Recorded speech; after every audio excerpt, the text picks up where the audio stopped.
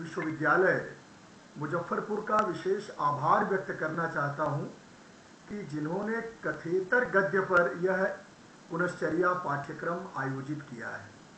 कथेतर गद्य वैसे भी बड़ी उपेक्षित विधा है हिंदी साहित्य में, और उस पर रिफ्रेशर कोर्स आयोजित करने के बहाने इस विधा के अंतर्गत जो अनेक रूप आते हैं उन रूपों पे बातचीत करने का यह अवसर उपलब्ध कराया गया है। इसके लिए मैं आदरणीय राजीव कुमार झा जी का, विश्वविद्यालय का, उसके संसाधन केंद्र का आभार मानता हूँ। इसी बहाने मुझे गद्य पर बातचीत करने का अवसर मिला। यह दरअसल यह जो कथेतर गद्य है ना, इसको थोड़ा पहले मैं समझना चाहूँगा आप लोगों के सहयोग से, क्योंकि आप सब मेरे समकक्ष अध्यापक हैं।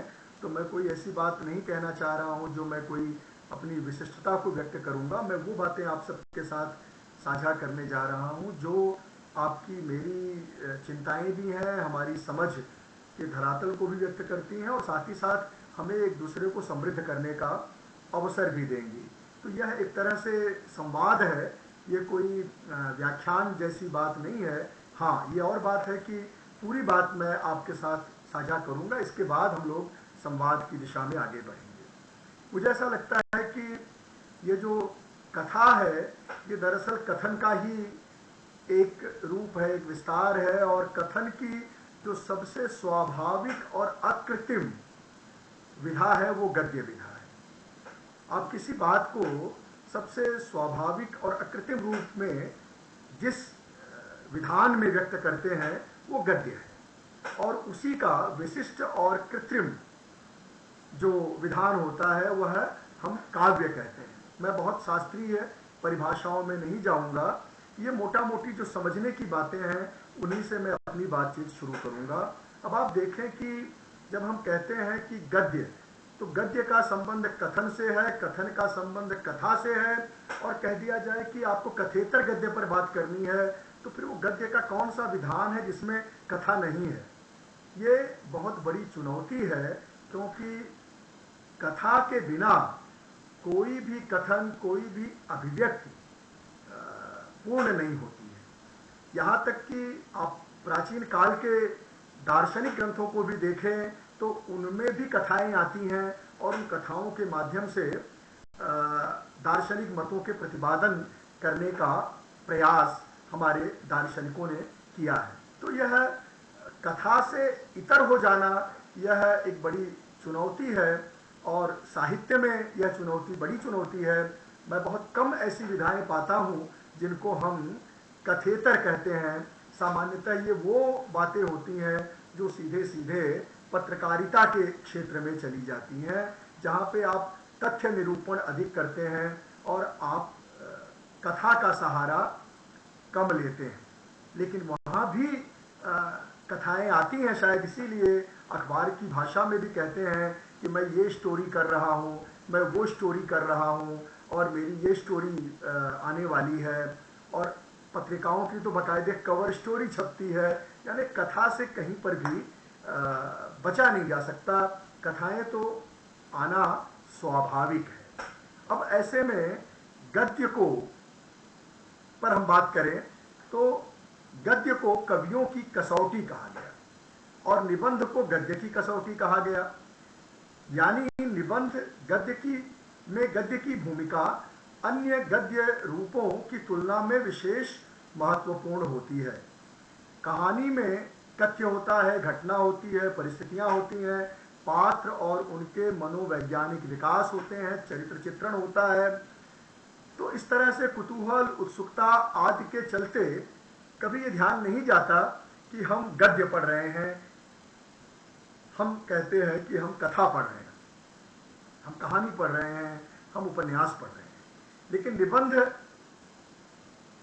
को पढ़ते हुए अक्सर यह भान हो जाता है कि हम कोई गद्य रचना पढ़ रहे हैं।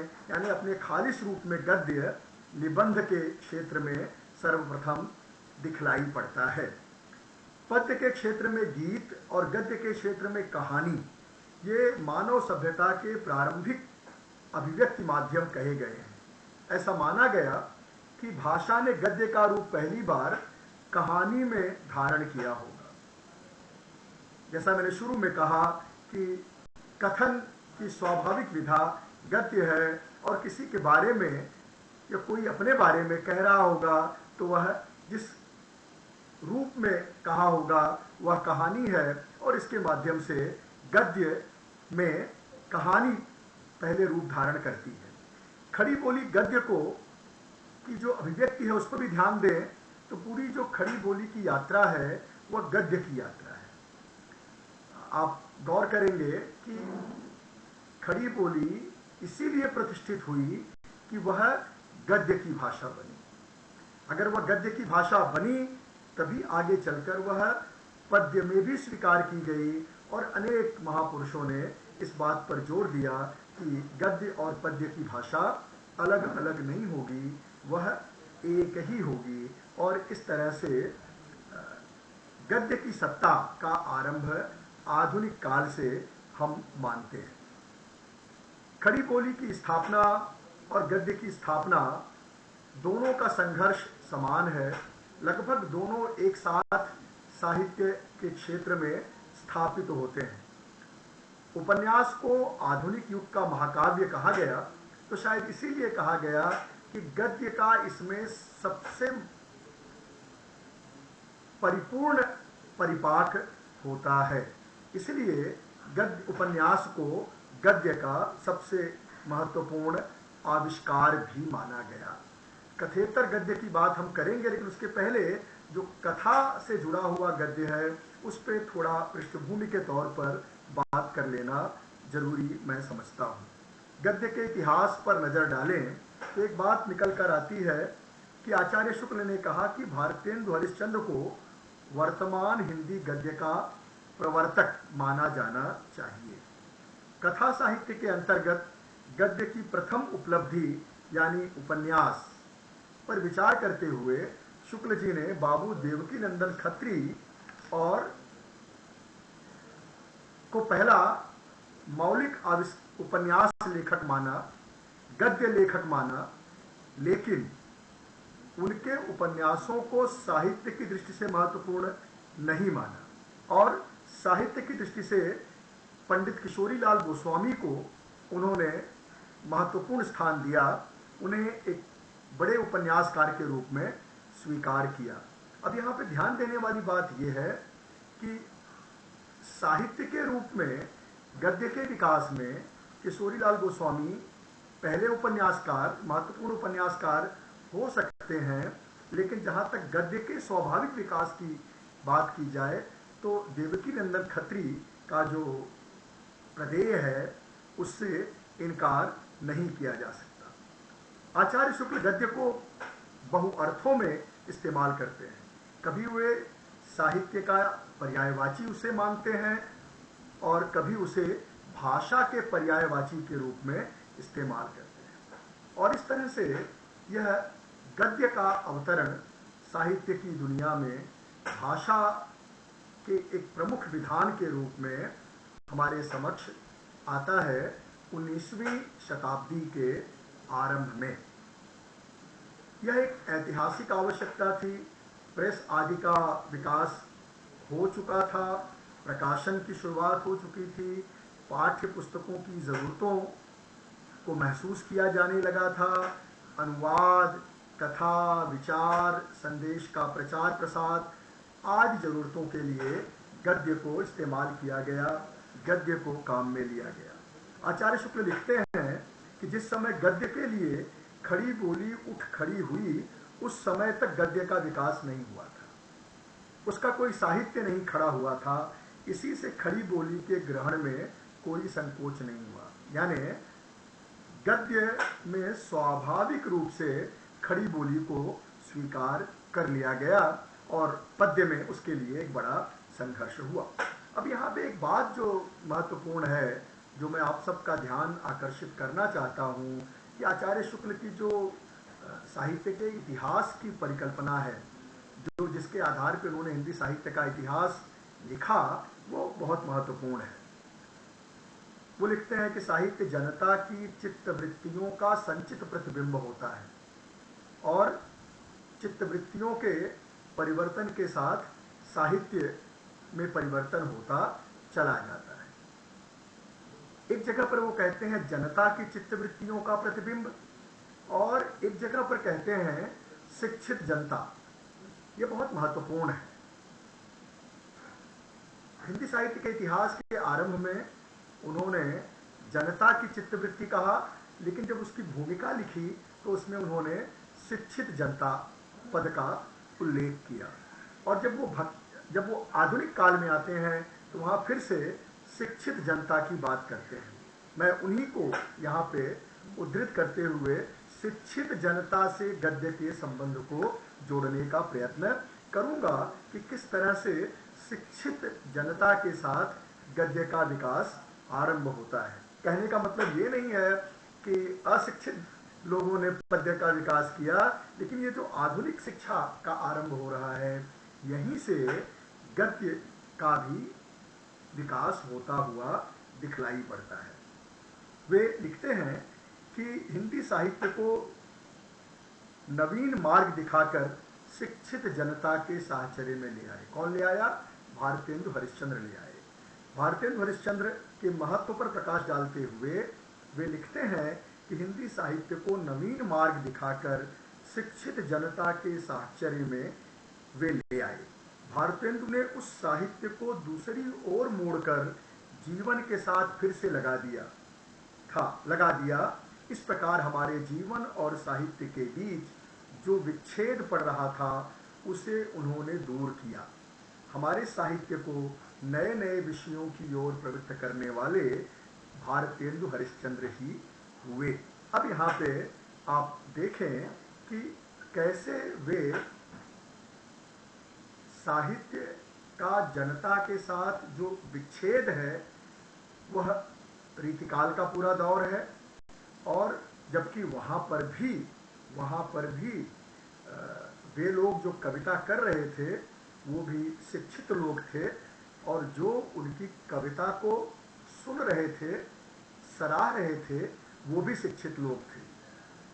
लेकिन वहाँ पे जनजीवन नहीं था, क्योंकि वो जनजीवन इसलिए नहीं था क्योंकि रीतिकाल का जो वह लेखन है वह दरबारी काव्य था। वो सामंतों के आश्रय में लिखा जा रहा था और उसकी अनुशंसा प्रशंसा की जा रही थी। ये एक बहुत ही महत्वपूर्ण बात है कि जब आधुनिक काल आता है तो आधुनिक काल में सबसे पहले गद्य में जनजीवन का संबंध जुड़ता है, और वह नाटकों से जुड़ता है। नाटकों के माध्यम से जनजीवन के करीब साहित्य पहुंचता है, साहित्यकार पहुंचते हैं। और आप जानते हैं कि भारतेंदुगिन कविता के जो हम खड़ी बोली के उदाहरण सबसे ज़्यादा देते हैं वो उनके नाटकों में आई हुई काव्य पंक्तियां हैं। तो इस तरह से आप देखें कि किस तरह एक इतिहासकार गद्य के विकास को एक बहुत ही महत्वपूर्ण आयाम देने की कोशिश कर रहा है।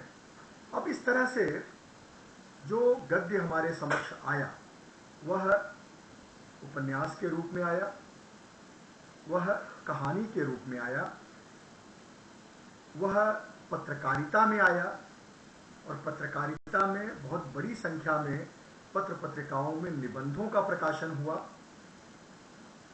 कथेतर की सबसे अहम विधा निबंध मानी जाती है, और अनेक उस समय के पत्रकारों ने, जिनको हमने निबंधकारों के रूप में भी परिगणित किया, वो चाहे बालकृष्ण भट्ट हों, चाहे बाल मुकुंद गुप्त हों, और तमाम लोग हों जो पूरे नवजागरण काल से लेकर के महावीर प्रसाद द्विवेदी और उनके आगे तक के जो बड़े गद्यकार हुए, जो कवि नहीं रहे या जिन्होंने कविता से अधिक निबंधों पर अपना ध्यान केंद्रित किया, वे सब गद्यकार के रूप में प्रतिष्ठित माने जाते हैं।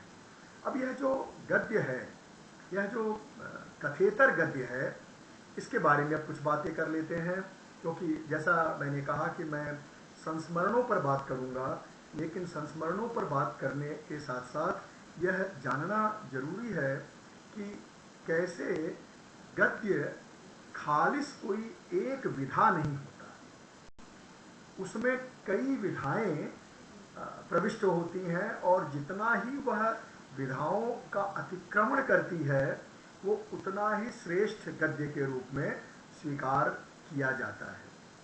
ये कसौटी आपको सभी गद्य रचनाओं के मूल्यांकन में इस्तेमाल करने योग्य प्रतीत हो सकती है। मुक्तिबोध की कहानी संग्रह काठ का सपना की भूमिका में श्रीकांत वर्मा ने एक बहुत महत्वपूर्ण बात लिखी है, क्योंकि मुक्तिबोध के साथ भी ये है कि वो विधाओं में खूब तोड़फोड़ करते हैं। कब उनकी कहानी निबंध का रूप ले लेती है, कब उनका निबंध आलोचना का रूप ले लेता है, और कब उनकी आलोचना एक कहानी में बदल जाती है, और कई बार तो ऐसा लगता है जैसे सब कुछ एक कविता में बात कही जा रही हो, जिस तरह की कविता के लिए मुक्तिबोध जाने जाते हैं। तो श्रीकांत वर्मा लिखते हैं कि मुक्तिबोध ने साहित्य की हर विधा को इतना तोड़ दिया है कि रचना स्वयं अपने मूल्यों को ललकारने लगती है। कविता बढ़ते बढ़ते डायरी हो जाती है और डायरी चलते चलते कहानी हो जाती है। डायरी, कहानी और उपन्यास तीनों के गुण दोषों से बेलाग विपात्र को साहित्य की किस विधा में रखा जाए फैसला कर पाना कठिन है। विपात्र उनका एक उपन्यास है, तो इस तरह से वो विपात्र को किसी एक विधा में या फिर उनके लेखन को किसी एक विधा तक सीमित करने की जो चुनौती है, उस चुनौती पर बात कर रहे हैं। गद्य की यही खूबी है कि उसमें सभी के कुछ पुट आ जाते हैं, लेकिन उसमें एक पुट महत्वपूर्ण होता है और शायद इसीलिए हम उसे एक विधा, गद्य की एक विधा के रूप में जानते हैं। रामविलास जी आलोचना के शिखर पुरुष हैं। उनके गद्य संग्रह का शीर्षक है पंचरत्न, जो 1980 में प्रकाशित हुआ। उसकी भूमिका में उन्होंने एक महत्वपूर्ण बात लिखी है, जिससे हम समझ सकते हैं कि गद्य कैसे एक पंचरत्न रूप धारण कर सकता है। यह पंचरत्न है जिन 5 प्रमुख तत्वों से यह बना है। उनमें पहला है रेखाचित्र, दूसरा तत्व है संस्मरण। रेखाचित्र वाला तत्व कहां समाप्त होता है और संस्मरण वाला कहां आरंभ होता है, यह बताना मेरा काम नहीं है। रामविलास जी लिख रहे हैं, रेखाचित्र वाला तत्व कहां समाप्त होता है और संस्मरण वाला कहां आरंभ होता है, यह बताना मेरा काम नहीं है। श्रेष्ठ पेय वह है जिसमें विभिन्न तत्व ऐसे घुल मिल गए हों कि उनके अलग अलग अस्तित्व का ठीक पता न चले। तीसरा तत्व निबंधों का है, चौथा डायरी का है और पांचवा पत्रों का है। इस तरह से वो ये बतलाते हैं कि किस तरह से उनका जो गद्य है वह इन अनेक विधाओं की चौहद्दी को पार करके, उसको तोड़ करके आगे बढ़ता है और वह गद्य का एक बहुत ही महत्वपूर्ण रूप ले लेता है। अच्छे गद्य की पहचान करते हुए भी एक जगह रामविलास जी ने लिखा है कि शमशेर उन थोड़े से कवियों में है जो बहुत अच्छा गद्य लिखते हैं। शमशेर मूलतः कवि हैं लेकिन गद्य लिखते हैं। शमशेर के लेखन में जो पद्य नहीं है वही सबसे महत्वपूर्ण है, चाहे वह गद्य उनके निबंधों में हो चाहे उनकी कविताओं में। शमशेर बोलचाल के गद्य की लय को पहचानते हैं। नामवर जी ने भी इसी बात को कहा है कि बोला हुआ लिखा सा लगे और लिखा हुआ बोलता सा। यह गद्य की कसौटी है और इस तरह से अनेक गद्यकारों ने गद्य की विधाओं में बहुत ही महत्वपूर्ण लेखन किया है। जब कोई रचना विधा की परिधि का विस्तार कर देती है या अतिक्रमण कर देती है तब उसका गद्य विशिष्ट हो जाता है। महादेवी के संबंध में ये बात अनेक आलोचकों ने दोहराई है। रामस्वरूप चतुर्वेदी ने महादेवी के गद्य पर टिप्पणी करते हुए लिखा है कि उनकी एक ही गद्य रचना, उदाहरण के लिए घीसा, कहीं संस्मरण है तो कहीं रेखाचित्र और कहीं कहानी के रूप में संकलित है तो कहीं आत्मकथा का अंश मानी जाती है। कवयित्री के गद्य का यह उन्मुक्त निर्बंध रूप उस पुरानी उक्ति का जैसे साक्ष्य प्रस्तुत करता है कि गद्य लेखन कवियों के लिए कसौटी है, और आप देखते हैं कि घीसा, गिल्लू, गौरा, चीनी फेरी वाला आदि इसका प्रमाण है। कहीं वो संस्मरण के रूप में परिगणित होते हैं, कहीं रेखाचित्र के रूप में, कहीं कहानी और आत्मकथा के रूप में भी वे स्वीकार कर लिए जाते हैं। तो इस तरह से गद्य का जो वैशिष्ट्य है वह किसी एक विधा में नहीं समाता, बल्कि अनेक विधाओं को वह अपने भीतर आत्मसात कर लेता है, उसको अपने भीतर इस तरह से अनुस्यूत कर लेता है कि वह गद्य एक विशिष्ट रचना बन जाता है। अब ऐसे में जो चुनौती हमें दी गई है वह दी गई है कि हम कथेतर गद्य पर बातचीत करें, गद्य पर बात करें, और गद्य का जो सबसे सर्वश्रेष्ठ रूप है कथा, उस पर बात न करें, हम बात करें कथा से इतर। अब यहाँ पे जो बात मैं आपके समक्ष रखना चाहता हूँ वो ये कि कथेतर को बहुत महत्व दिया गया हो, ऐसा मेरी जानकारी में नहीं आता। उसका सबसे जो अच्छा उदाहरण हो सकता है वो ये कि अभी अभी 2023 में साहित्य अकादमी के पुरस्कार दिए गए। अभी हाल में अभी घोषित हुए थे और अभी कुछ दिनों पहले वह पुरस्कार वितरित भी हो गया। अब आप देखें कि इसमें जो पुरस्कार दिया गया है 24 भाषाओं में दिया गया है, और उन 24 भाषाओं में 9 ऐसे रचनाकार या ऐसी रचनाएं हैं जो काव्य है, कविता है, 6 उपन्यास हैं, 5 कहानी है, 3 निबंध हैं, और एक मलयालम में जो मिला है वह साहित्यिक अध्ययन है। तो इस तरह आप देखें कि ये जो 24 पुरस्कार हैं इनमें कविता 9 में है, कथा 11 में है, निबंध 3, और मान लीजिए एक साहित्यिक अध्ययन को मिला लें तो कथेतर गद्य के हिस्से 4 पुरस्कार आए हैं। मैं ये नहीं मानता कि पुरस्कार किसी की सर्वश्रेष्ठता के पैमाने होते हैं, लेकिन जो ट्रेंड चल रहा है, जो रुझान चल रहा है, उसका आकलन तो किया ही जा सकता है कि ज़्यादातर जो महत्वपूर्ण विधाएं मानी जाती हैं वो गद्य में कथा केंद्रित विधाएं ही मानी जाती हैं। जबकि मैंने कहा जिसको कथेतर कहा जाता है उसमें भी कथा के तत्व भरपूर मात्रा में प्राप्त होते हैं, और जैसा मैंने महादेवी वर्मा के उदाहरण से आपको बताया कि उनकी रचनाओं को कभी गद्य के एक रूप में तो कभी दूसरी विधा में, कभी तीसरी विधा में लोगों ने संकलित किया है। अब इसी को विस्तार देते हुए दूसरी बात में हम आते हैं। दूसरा आंकड़ा आपके सामने मैं रखता हूं कि 1955 से लेकर के 2023 तक कुल 68 कृतियों को साहित्य अकादमी पुरस्कार मिला है। कुल 68 कृतियों को साहित्य अकादमी पुरस्कार मिला है।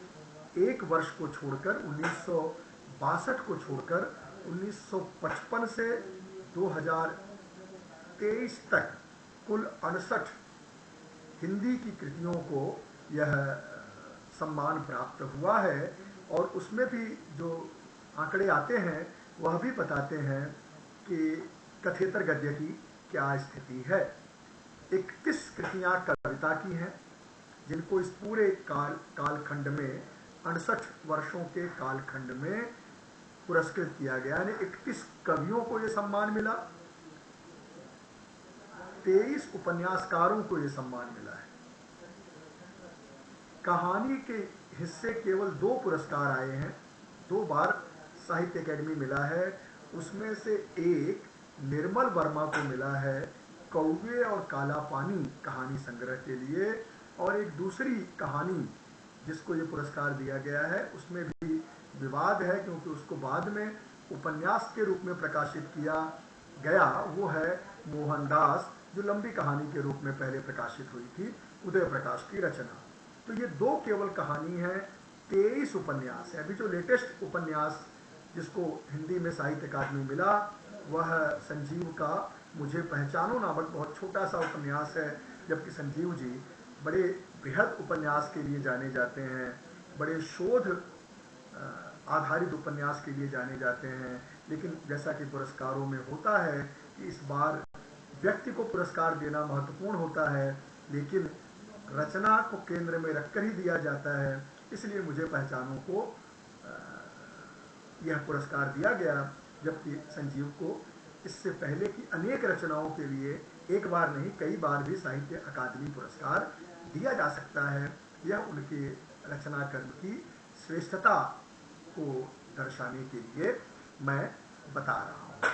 अब आप देखें कि 31 कविता, एक नाटक, 2 कहानी, 23 उपन्यास और 11 अन्य विधाओं के लिए ये कथेतर विधाएं हैं जिनको यह पुरस्कार दिया गया है।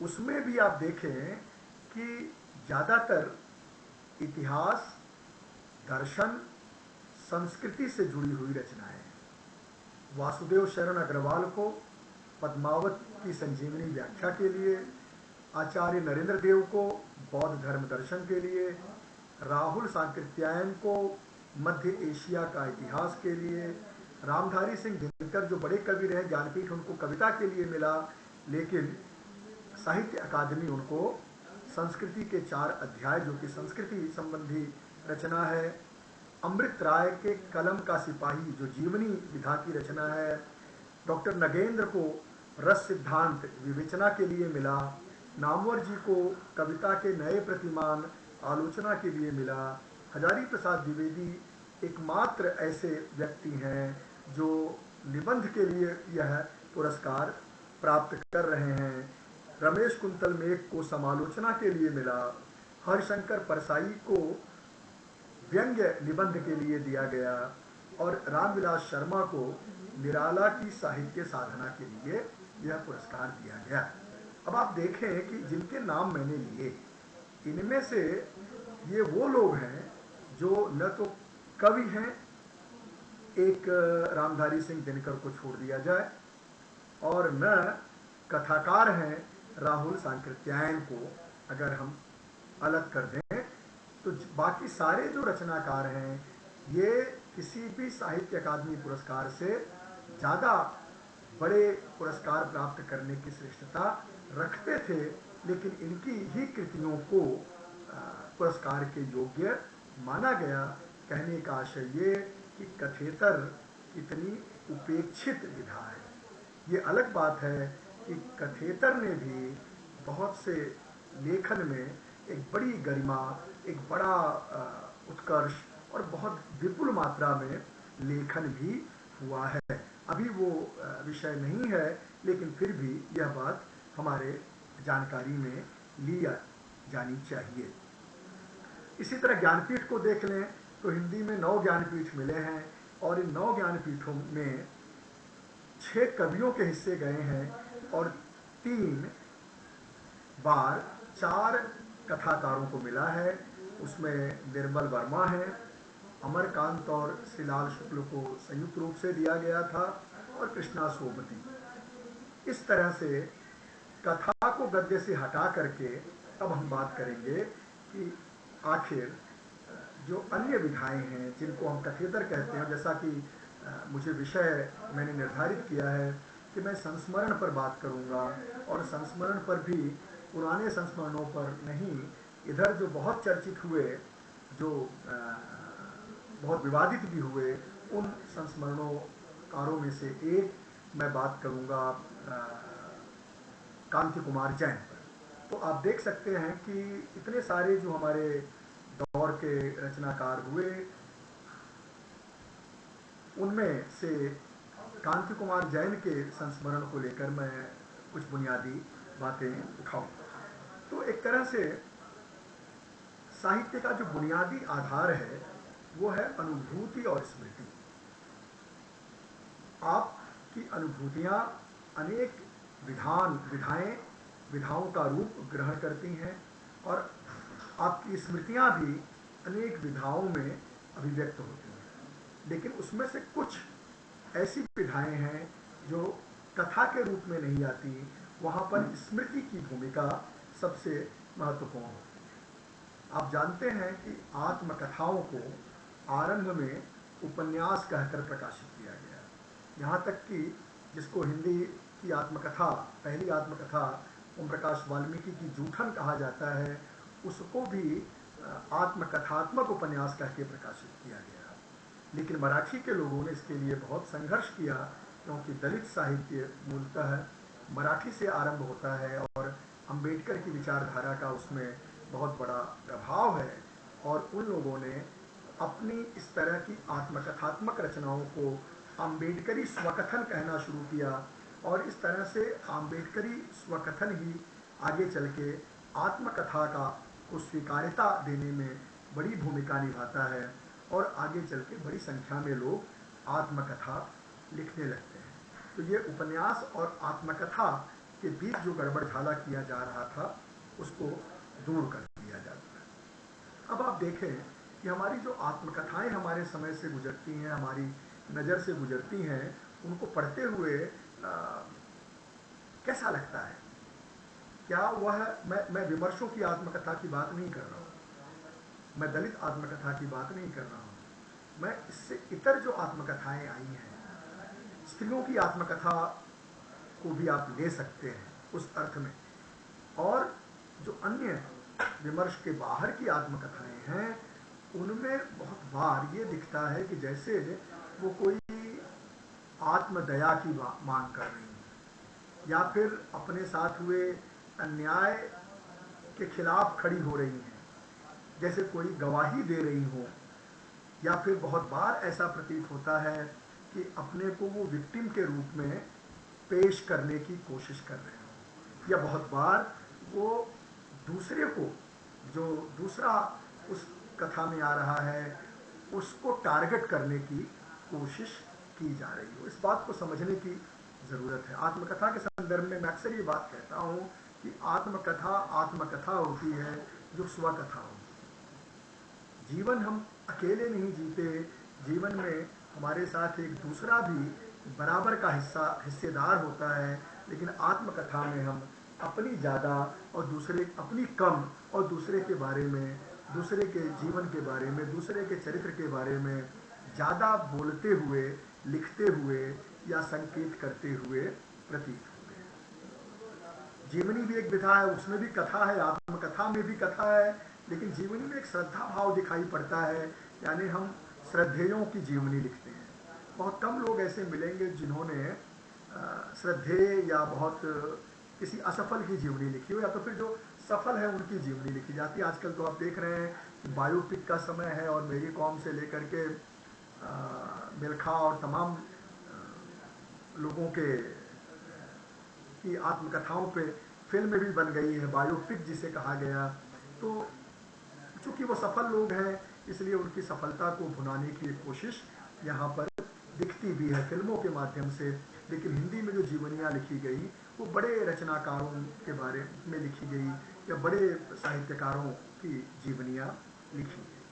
संस्मरण सबसे महत्वपूर्ण इसलिए है कि इसमें सख्य भाव होता है, इसमें साथी भाव होता है, इसमें मैत्री भाव होता है, और संस्मरण आप उन्हीं का लिख सकते हैं जिनके साथ आपने जीवन जिया होता है, जिनके साथ आपके जीवन का साझा होता है।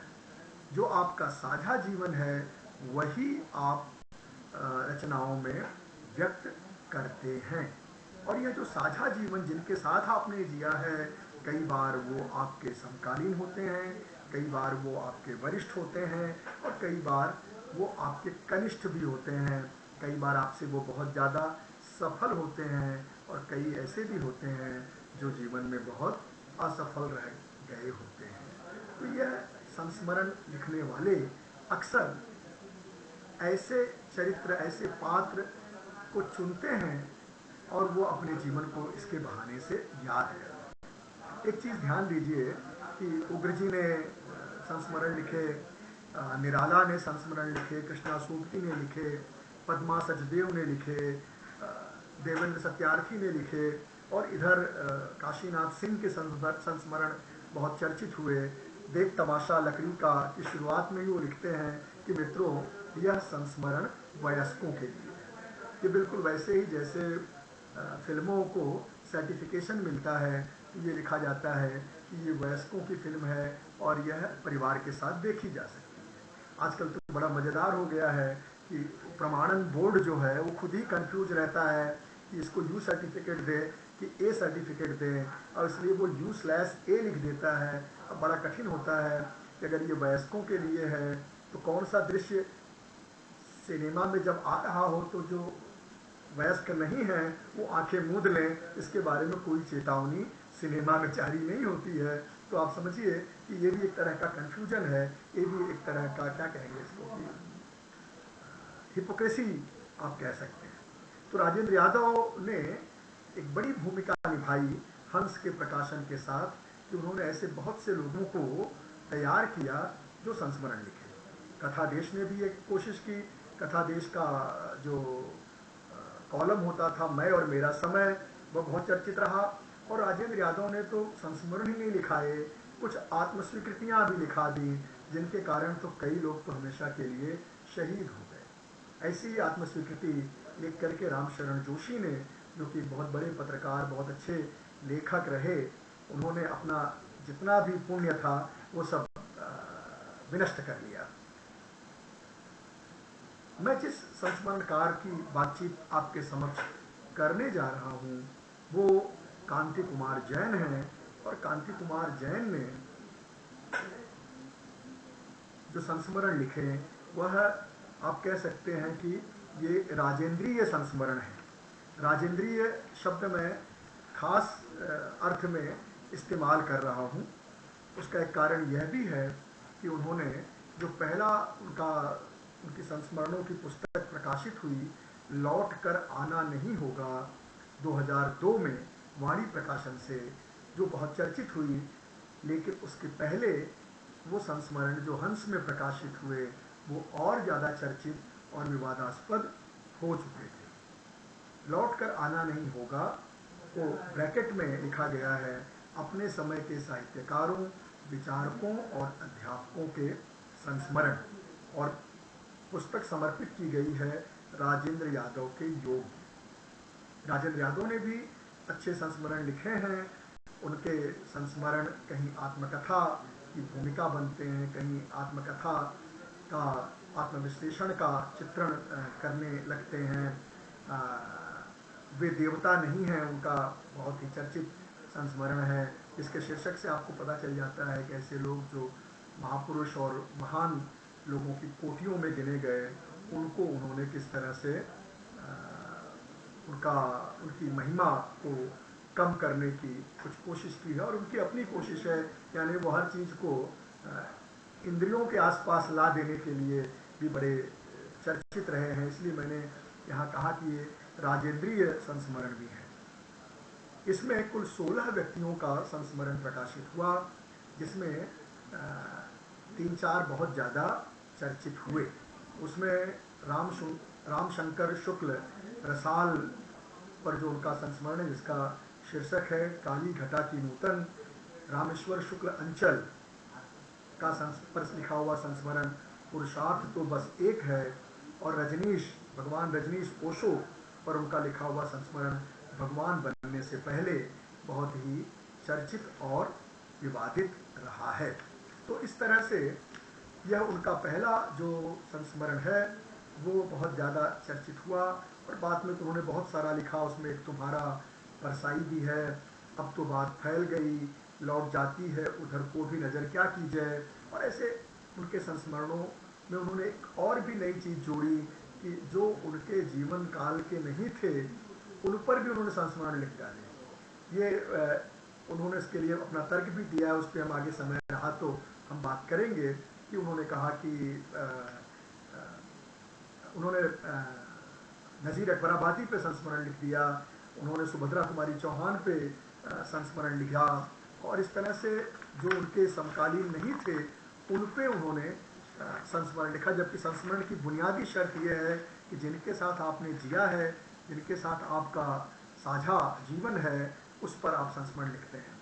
जयशंकर प्रसाद पे भी उन्होंने लिखा, और साथ ही साथ हरि सिंह गौर पर, जिस विश्वविद्यालय में वो लंबे समय तक रहे, जिनके नाम पर वह सागर का विश्वविद्यालय है, राजेंद्र यादव, हरिशंकर परसाई और हमारे हिंदी विभाग। और उन्होंने अपने, अब तो बात फैल गई में, जो पहले संस्मरण को लेकर जो बहुत सारे विवाद हुए थे उन पर भी, उनको भी उन्होंने प्रकाशित किया है, उस पर भी उन्होंने अपना पक्ष रखा है। और लौट जाती है उधर को भी नज़र क्या कीजिए में उन्होंने जिन लोगों पर अपने संस्मरण लिखे हैं उनमें राम रतन भटनागर, रामेश्वर गुरु, लक्ष्मी नारायण शिलाकारी, भीमसेन त्यागी, मायाराम सुरजन, महेश दत्त मिश्र, बस्तर नरेश, प्रवीर चंद्र भंजदेव, ठाकुर सूरजभान सिंह ठाकुर, प्रोफेसर प्रेम शंकर, जिनको लेकर उनके भीतर बड़ी कुंठा रही है, क्योंकि प्रेम शंकर ही वो व्यक्ति रहे जिनके कारण उनको आरंभ में विश्वविद्यालय में, सागर विश्वविद्यालय में नौकरी नहीं मिली थी, और जब वो वापस सागर विश्वविद्यालय आए तो प्रेम शंकर विभागाध्यक्ष भी थे। तो इस नाते से भी प्रेम शंकर को लेकर के उनके मन में बहुत सारे मत हैं जिनको उन्होंने व्यक्त किया है। और इस तरह से कोई उनके संस्मरणों से प्रेम शंकर को, राम शंकर शुक्ल रसाल को, रामेश्वर शुक्ल अंचल को देखना चाहेगा तो वह शायद पूरा इनको नहीं पाएगा। और वैसे भी कोई भी कृति किसी के साथ पूरा न्याय नहीं करती। और राधा वल्लभ त्रिपाठी, मज़ेदार ये है कि जो दिवंगत हैं उन पे उन्होंने ज़्यादा खुलकर लिखा है, ज़्यादा आघात प्रतिघात किए हैं, और जो जीवंत हैं, जो जीवित हैं, उन पे थोड़ा बच बचा के भी लिखा है। और यद्यपि वो चुनौती देते हैं कि मैंने जीवितों पर भी लिखा है और दिवंगतों पर भी लिखा है, और ये क्या बात है कि जो दिवंगत हो गया है उसके बारे में सब अच्छी अच्छी बात ही कही जाए। तो जो दिवंगत हो गया है उसके बारे में भी वो ये छूट मांगते हैं कि जो उसकी कमियां रही हैं वो कहें। सवाल ये उठता है कि आप जब संस्मरण में किसी की कमियों का उल्लेख कर रहे होते हैं तो वह व्यक्ति जो नहीं होता उसके बारे में उसका जो पक्ष है वो कैसे सामने आएगा। तो इस तरह से आपके पास कलम है, आप कलम के धनी हैं, तो आप किसी के बारे में भी उसका व्यक्तित्व, आप उसकी प्रतिमा आप भंजित कर सकते हैं। अब ये भी है कि उस जिसकी आपने प्रतिमा भंजित की उसमें से अगर वो रजनीश जैसा व्यक्ति होगा जिसकी बहुत बड़ी शिष्य परंपरा है तो आपको वो अदालत के कटघरे तक भी ले जा सकता है। और कुछ दूसरे लोग हैं वो नैतिक सवाल भी उठा सकते हैं, और ऐसे ही नैतिक सवाल शिव कुमार मिश्र ने उठाए हैं जिन पे हम चर्चा आगे करेंगे।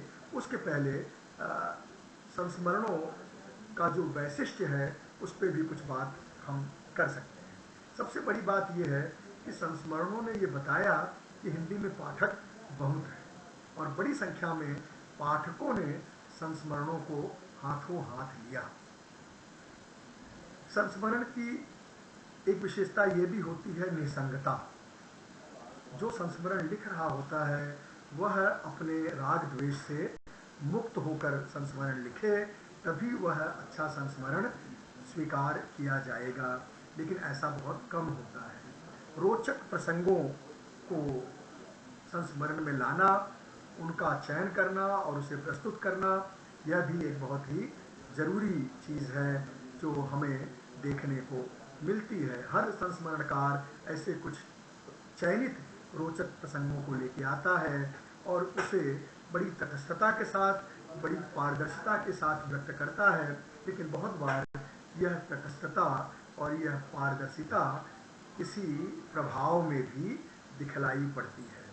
कई बार वह वर्जित चीज़ों को लाने का आग्रह रखता है, वह उससे मुक्त नहीं हो पाता है, और कई बार तो संस्मरण अश्लीलता की कोटि में भी पहुंच जाते हैं। प्रामाणिकता और विश्वसनीयता संस्मरण की बुनियादी शर्त है, लेकिन यह विश्वसनीयता, यह प्रामाणिकता कई संस्मरणकारों में दिखाई नहीं पड़ती है। वो अपनी रौ में किसी को भी, किसी अपने समकक्ष को, अपने श्रेष्ठ को तो खैर ठीक है, लेकिन अपने से नीचे और बहुत नीचे जो लोग हैं उनके बारे में भी कई बार ऐसी बातें बड़ी खिलंदड़े अंदाज में कहते हैं, उनकी प्रतिमा का भंजन करते हैं, जो स्वयं इतने समर्थ नहीं हैं कि उनका प्रतिकार कर सके। लेखक को अपने जिए, अपने देखे, अपने भोगे जीवन को संस्मरण में प्रस्तुत करना चाहिए, लेकिन अक्सर वो देखे सुने को भी, दूसरों से सुने सुनाए को भी संस्मरण में प्रस्तुत करने की कोशिश करते हैं। कई बार चरित्र हनन की सीमा तक भी लोग पहुंच जाते हैं। ऐसी बातों को अगर हम नज़रअंदाज न करें तो अच्छे संस्मरण की गुंजाइश बनती है, लेकिन ये सारी चीज़ें ऐसी हैं जिनसे संस्मरणों में भी एक जान आती है और लोग, पाठक भी उनको पढ़ने की कोशिश करते हैं। जैसा मैंने कहा कि अनेक संस्मरणकारों पर हम बात कर सकते थे, लेकिन मैं अपनी बात को केंद्रित करूंगा कांति कुमार जैन पर, और विशेष करके उन्होंने जो बातें अपने संस्मरणों के बचाव में कही हैं वह भी बहुत महत्वपूर्ण है, जो मैं उन्हीं के शब्दों को दोहराकर आपके सामने लाना चाहता हूँ। वो लिखते हैं कि 2 मिनट समय लेते हैं आपका।